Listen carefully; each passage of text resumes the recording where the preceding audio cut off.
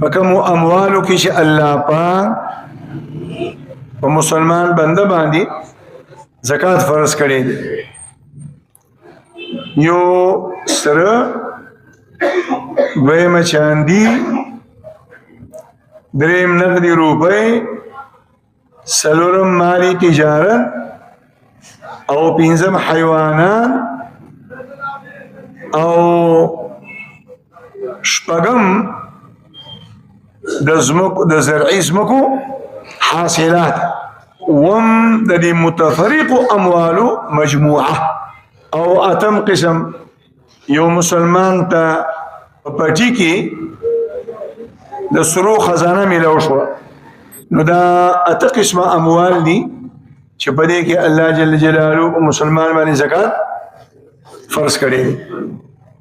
د سرو نصاب سره ونیمه تولی شاندي او د سپینو نصاب سره 52 تولی شاندي او اموالی تجارت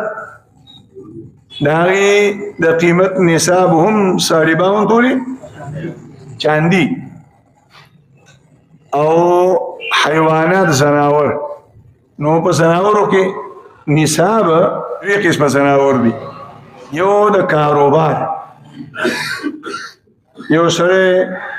د زناورو کاروبار کې خرڅي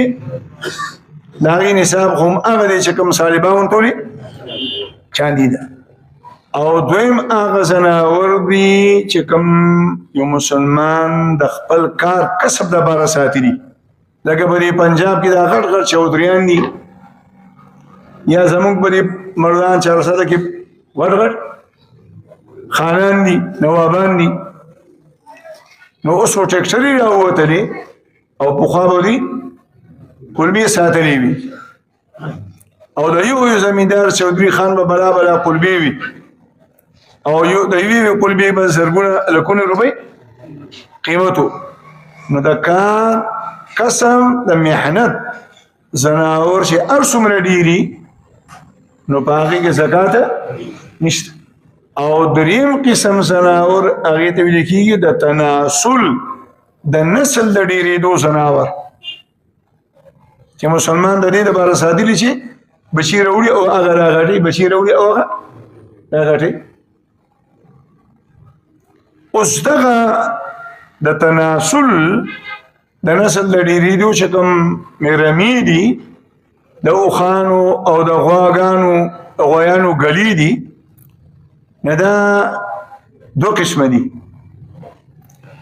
یو هغه زناور دي چې د کال اکثره حصہ په دشتو کې په میرو کې په غرونو ځنګلونو کې دا شپونکیان سری او د کال کمه حصہ د هغې دپاره ګیا په بیه باندې اخلي مثلا 2 میاشتې 8 میاشتې ځنګلو کې سری شپونکي ولا ساتلي او 3 میاشتې 5 میاشتې ولا ګیا په بیه دي نو په داسې زناورو کې که دا د کروڑو روپو وي زکات شته او چې بالعکس د کال اکثره حصہ مالک ورلګایا په بیه اخلي یعنی 2 میاشتې ولګایا په بیه اخلي پټي ولا به اجاره ونیسي او کومه موده د کاله دی په دشتو میرو کې سری نو بیا په دې کې زکات نشته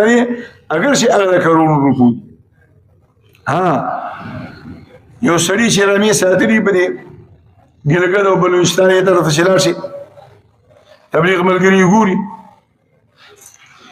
نو دا رمې بچي راوړي بیا د امریکا هغه بچي دي نه خرڅوي نو کم بچي دي نه خرڅوي او د هغې هغه پیسې د دې لاسته راشي او هغه پیسې نصاب ته ورسي او بیا کال بیا او تیر شي بیا ورباندې زکات شته خو په دې زناورو کې زکات نشته او لومړی قسم کې شته د اوښانو نصاب هغه 15 دي کم از کم چې یو سړي په غره کې اوښان ساتلي او دا کال اکثره حصې پرېښي سري راسري یو اوښي 2 اوښاني 3 اوښاني 4 اوښاني زکات پکې نشته. او چې کله 500 ته ورسي زکات پکې شته.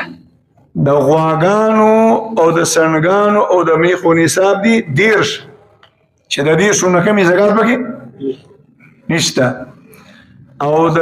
ګډو او د شیلو کم از کم نصاب دي 40 چې د 40 نه کمې نو زکات پکې